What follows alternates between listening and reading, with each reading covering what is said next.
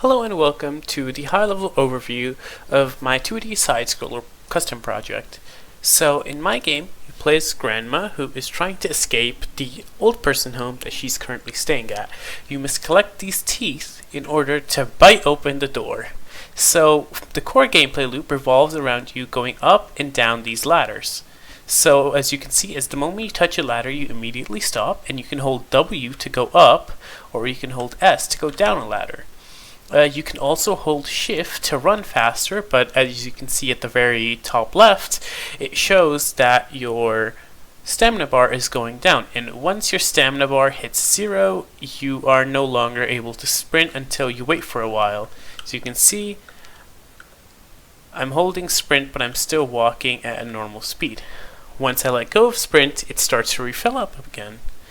So the gameplay loop is at the very top middle. It shows how many teeth are left, and this is an exploration game, so you must make your way around the map and find all the teeth. There are signs on every single platform where it shows if you are able to fall from here or not. As you can see from there, I can fall, and there was a platform. From here I can fall as well. But over there was no sign saying that I could fall. Right, I can just go back. I can fall from here. I can fall from here, which is there. But as you can see, there's no sign over here. That means if I were to fall down this ladder, I would be gone. And this results in the game restarting. So now I will cut to collecting all the teeth.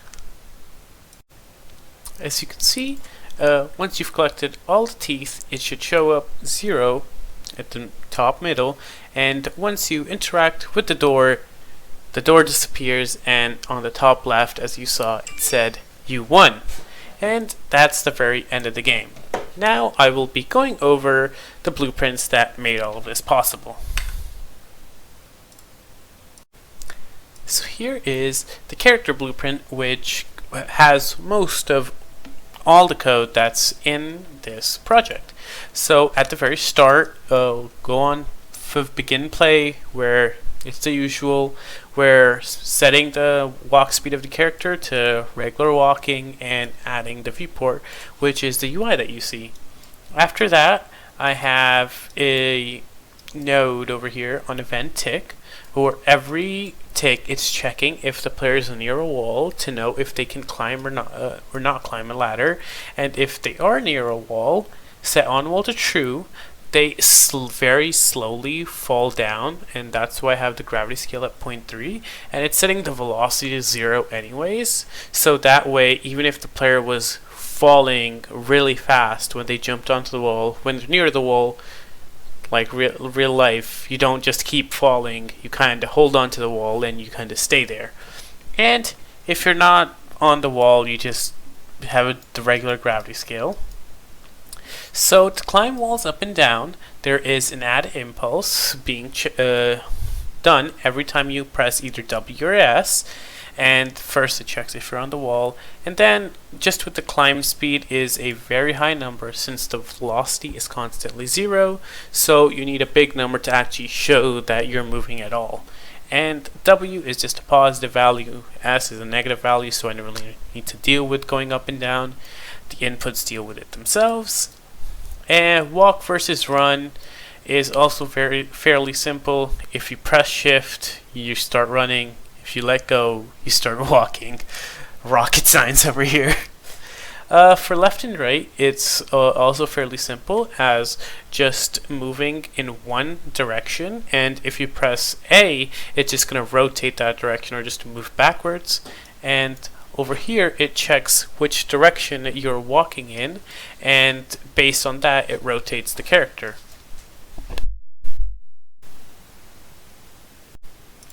And now we move on to the big one. So what's happening over here is it's first checking if the player's running or not. Then it checks if Well, so if the player is running, it starts lowering the player's stamina, and if it's ever 0 or less, it's just going to make the player start walking again. And then, if it checks if the player's stamina is less than 5, which is the amount of seconds that you can run for, if that's true, that means it's going to add stamina as you're recovering stamina. But if that's false, it's just going to set you back to walking. And the reason that I don't set is running to false in here is so that even if the player's still holding shift, that way they're trying to run, but nothing really happens. So they still have to let go of shift at least once, so you can't just spend the whole game holding down shift, never letting go, because that I feel like is not how I want the player to go about the game. So now we move on to a few of the smaller blueprints. So here is the UI of the player, and what the graph over here gets is it goes to the player, it gets their stamina. If the stamina is 0 or less, it makes the bar red. If it's more than that, it sets it green. And it's just a percentile number over here. So stamina divided by 5 gets you a percent. If it's 5, it's 100%, and that's the slider that you see in game. So then the teeth collected, it just gets all the teeth that are in the level and outputs that. So I kept it this way instead of keeping track of how many teeth the player has, because since this is an exploration game, it doesn't help the player knowing how many teeth they've collected, but it does help them if they know how many are left. So next on, we move to the door. It's also not much, as it checks how many teeth are left that the player has not collected, and if that number is 0, output you 1, and then just destroy the door. Spike, if you ever collide with the spike, it just resets the level, as it wouldn't make sense for the player to hit a spike and then go back to the top and still not lose their progress, because that would defeat the purpose of the exploration part of the game, where a lot of the fun comes from failing and learning from that experience. If you don't learn to not go there again, you could go into every spike and it wouldn't really affect gameplay as much as I would like it to. For the teeth, it checks, it goes to the player, it updates how many teeth the player's collected, and then it just destroys the actor. And that's all the blueprints I use. As a lot of the effort I did go into making this level, and if you can't already tell, and yeah, the level is just one tile map, rotated and all basically mirrored. Although it does seem pretty obvious at first, if you do play the game, it does feel a lot different, and it does confuse the player a bit, because if you do this jump over here, you're gonna think you're over here doing it from there. So it does confuse the player a bit. Also, since all platforms have 2 ways to go up and down them, it does make it not feel as repetitive, as you're not making this jump to here anymore.